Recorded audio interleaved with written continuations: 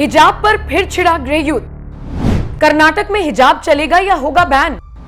भगवा शॉल से नफरत सिद्धारमैया को ले डूबेगी।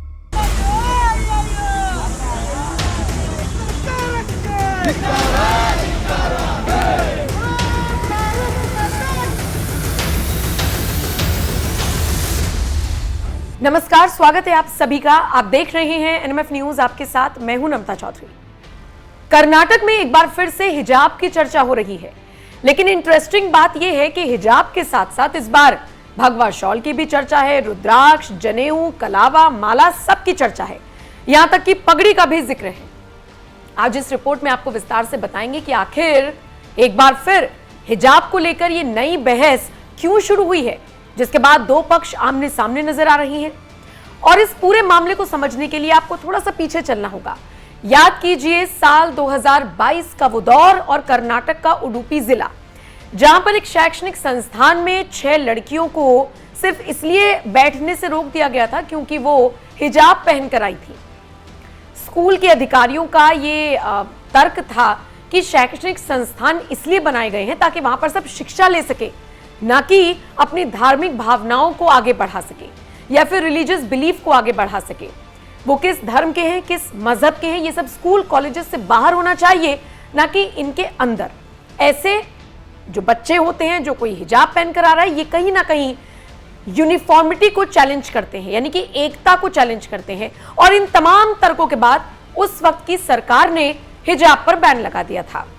मामला कोर्ट में पहुंचा और कोर्ट ने कर्नाटक की उस वक्त की सरकार को सही बताया था, उस फैसले को सही बताया था। उस वक्त बीजेपी सरकार रही थी कर्नाटक में और मुख्यमंत्री थे बसवराज बोमई, शिक्षा मंत्री थे बीएस नागेश।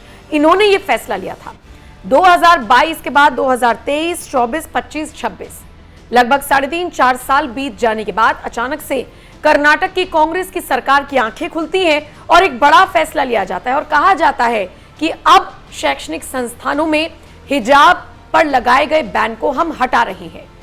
जी हां, ये बड़ा फैसला कर्नाटक की सिद्धारमैया सरकार की तरफ से लिया गया है, जिसमें हिजाब पर से बैन को हटा दिया गया है। लेकिन दिलचस्प बात यह है कि इस बार हिजाब पर से बैन हटा है तो फिर कलावा भी बांध कर आ सकते हैं, रुद्राक्ष भी पहन कर आ सकते हैं, पगड़ी भी पहन कर आ सकते हैं, जनेऊ भी धारण करके आ सकते हैं, किसी को कोई दिक्कत नहीं होगी।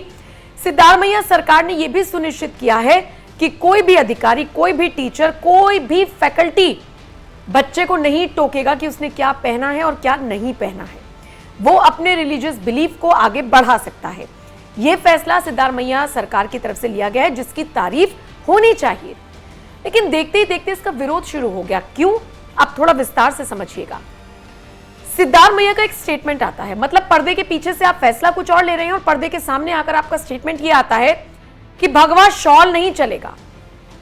और जैसे ही उन्होंने कहा कि भगवा शॉल नहीं चलेगा, मतलब हिजाब को इजाजत, भगवा शॉल को इजाजत नहीं है, उससे नफरत। आज भगवा शॉल से नफरत है, कल को भगवा कुछ भी, अगर कोई पगड़ी पहनकर आएगा, कोई फटका डालकर आएगा तो उससे दिक्कत होगी, फिर कलावे से भी धीरे धीरे दिक्कत शुरू हो जाएगी। और ये कांग्रेस का रवैया। और तब तक चुनाव आ जाएंगे और चुनाव में इस मुद्दे को बहुत अच्छे से बुना लिया जाएगा कि देखो, हमने हिजाब पर से बैन तो हटा दिया, लेकिन हमने बाकी सारी चीजों पर बैन लगा दिया। अगले चुनावों के लिए क्या अभी से कांग्रेस रणनीति तैयार कर रही है? क्योंकि जिस तरीके से कांग्रेस की सरकार कर्नाटक में फैसले ले रही है, उसका समर्थन कांग्रेस के बाकी नेता कर रहे हैं। सुरेंद्र राजपूत को जरा सुनिए, वो क्या कुछ कह रहे हैं। देखिए, स्कूल की ड्रेसेस कोई भी हो, स्कूल के नियम के अधीन होनी चाहिए। यूनिफॉर्म्स का मतलब होता है कि बच्चों की यूनिफॉर्म, जो स्कूल का नियम कहे वो नियम मानिए। और कर्नाटक सरकार ने अपने आदेश में संशोधन करके ये एक बेहतरीन उदाहरण प्रस्तुत किया है भारतीय जनता पार्टी के लिए। भारतीय जनता पार्टी का सांप्रदायिक चेहरा उजागर करने के लिए भारतीय जनता पार्टी जिस तरीके से सिर्फ एक धर्म को दबाने में लगी है, और जबकि कांग्रेस पार्टी की जहां सरकार है वहां संविधान बचाने में, धर्म बचाने में, संस्कृति बचाने में लगी है। कर्नाटक सरकार के इस आदेश का स्वागत होना चाहिए। हालांकि इन सब पर एचडी कुमारस्वामी ने क्या कुछ कहा, जरा वो भी सुन लीजिए। All religious people who cultivate in their life. For that, actually, government has expressed that they will going to give support. This is the issue, to convince one particular community. Other than that, nothing is there in that. और इन सबसे इतर इस पूरे फैसले के बाद कर्नाटक में कैसे प्रोटेस्ट हुआ है हिजाब के खिलाफ, वो तस्वीरें भी आप देख लीजिए।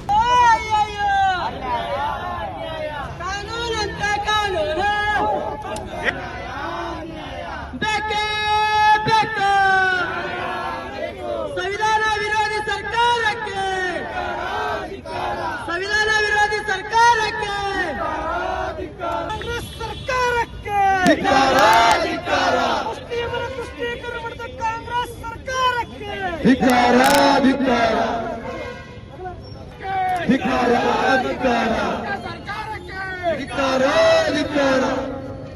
ಮುಸ್ಲಿಮರ ತುಷ್ಟೀಕರಣ ಮಾಡಿದ ಕಾಂಗ್ರೆಸ್ ಸರ್ಕಾರಕ್ಕೆ ನೀಚ ನಿರ್ಲಜ್ಜ ಕಾಂಗ್ರೆಸ್ ಸರ್ಕಾರಕ್ಕೆ ಭಾರತ್ ಮಾತಾ ಕಿ ಭಾರತ್ ಮಾತಾ ಕಿ ನೀಚ ಕಾಂಗ್ರೆಸ್ ಸರ್ಕಾರಕ್ಕೆ ನೀಚ ಕಾಂಗ್ರೆಸ್ ಸರ್ಕಾರಕ್ಕೆ ಮುಸ್ಲಿಮರ ತುಷ್ಟೀಕರಣ ಮಾಡಿದ ಕಾಂಗ್ರೆಸ್ ಸರ್ಕಾರಕ್ಕೆ। कुल मिलाकर देखा जाए तो बीजेपी की तरफ से एक फैसला लिया गया 2022 में। मई 2023 में चुनाव हुए, कांग्रेस जीत गई और कांग्रेस ने अपने घोषणा पत्र में बाकायदा इस बात का संकेत दिया था कि वो अगर भारी बहुमत से सत्ता में आएंगे तो फिर वो हिजाब पर से बैन को हटा देंगे। हालांकि उन्हें 3 साल लग गए, 3-3.5 साल लग गए हिजाब पर से बैन हटाने में। इसका पहला कारण बताया जाता है कि चूंकि सुप्रीम कोर्ट में मामला लंबित था, सरकार जल्दबाजी में ऐसा कोई भी कानूनी कदम नहीं उठाना चाहती थी जो कोर्ट में टिक ना सके।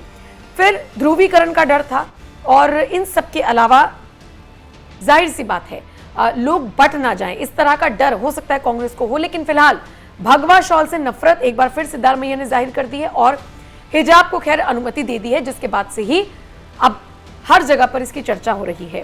राजनीतिक एक्सपर्ट्स मानते हैं कि इस घटना ने सरकार को एक राजनीतिक मौका दिया है अगले चुनावों में इस मुद्दे को भुनाने का। लेकिन कर्नाटक वाले इस मामले से सबक लेते हुए बाकी राज्यों की जनता को समझना होगा कि कांग्रेस जहां जहां है वहां कैसे मुसलमानों के लिए सब कुछ है, हिंदुओं के लिए कुछ नहीं। अब आप इस खबर पर और इस फैसले पर क्या राय रखते हैं, कमेंट सेक्शन में अपनी राय जरूर दें और बाकी खबरों के लिए एनएमएफ न्यूज देखते रहिए।